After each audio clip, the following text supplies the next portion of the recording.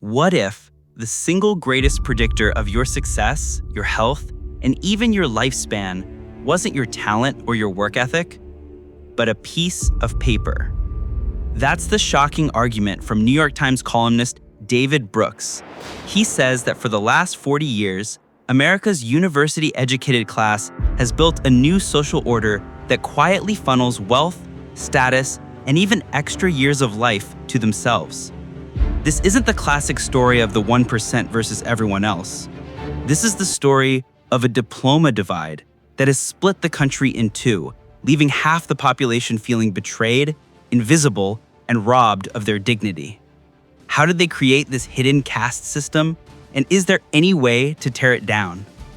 For decades, the American story it told itself was all about opportunity, a place where hard work got you ahead. But under the surface, a completely different reality has taken shape. A vast chasm has opened up, and it's not just about income. It's about education, culture, and most importantly, respect. This is the diploma divide, a split that separates those with a college degree from those without, creating two fundamentally different Americas. According to David Brooks, one of America's sharpest social commentators, this is no accident. It's the result of a system built by the educated class, which has funneled wealth, opportunity, and status to itself, while leaving the working class feeling betrayed, invisible, and rightfully angry. To understand the political polarization and social fragmentation we see today, we have to understand how this divide was created. So how did we get here? How did a society that prided itself on upward mobility end up with a new, rigid class structure? According to Brooks, the story kicks off about 40 years ago with the information age. As the economy pivoted from factory floors to computer screens, the skills that mattered changed overnight. Suddenly, cognitive abilities, the kind of smarts measured by standardized tests and rewarded in universities, became the golden ticket. The educated class, who already held these tickets, began to unconsciously and then quite consciously shape society to their own advantage. Brooks points to a series of policy decisions that benefited this new elite. Trade policies that moved manufacturing jobs overseas were great for the knowledge and service sectors, but devastating for industrial workers in places that relied on mining or manufacturing.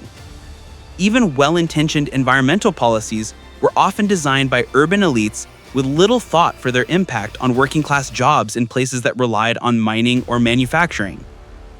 In essence, the educated class designed a world that worked beautifully for people like them. They created what Brooks calls a new Brahmin class of progressive, knowledge-based workers who came to dominate culture, media, and politics, all while becoming increasingly isolated from the very people their decisions affected.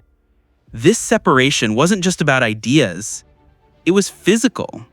The educated elite started clustering in the same few wealthy cities, think San Francisco, DC, and Austin, which drove up housing costs and created bubbles of insane prosperity.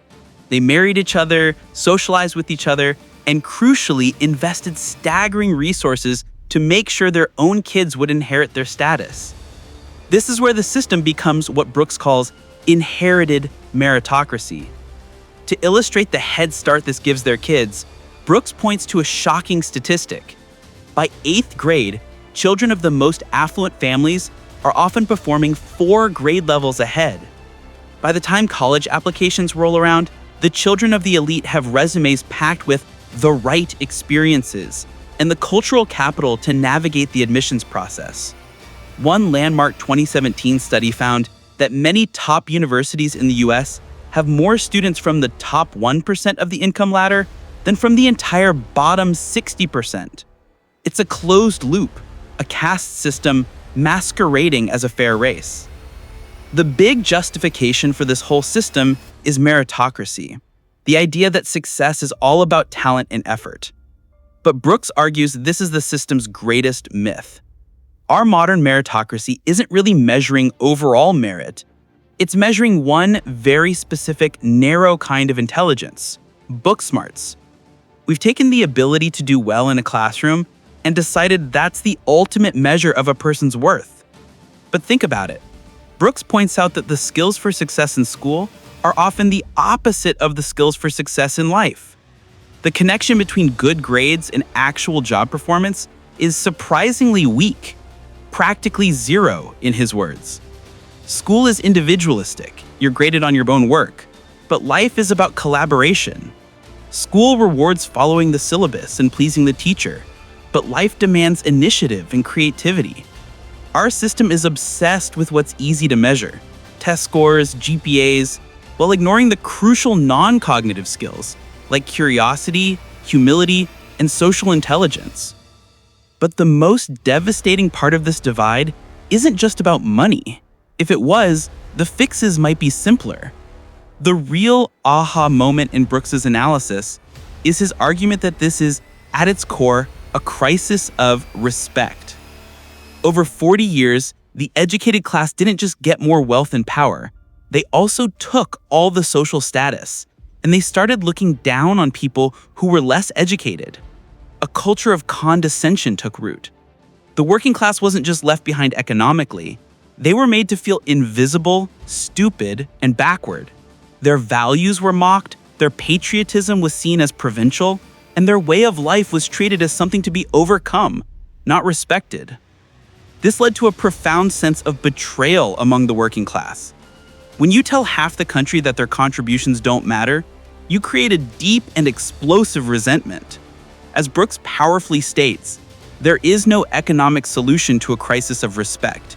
It's a wound to a person's dignity. This crisis of respect is the rocket fuel for the populist backlash we see today.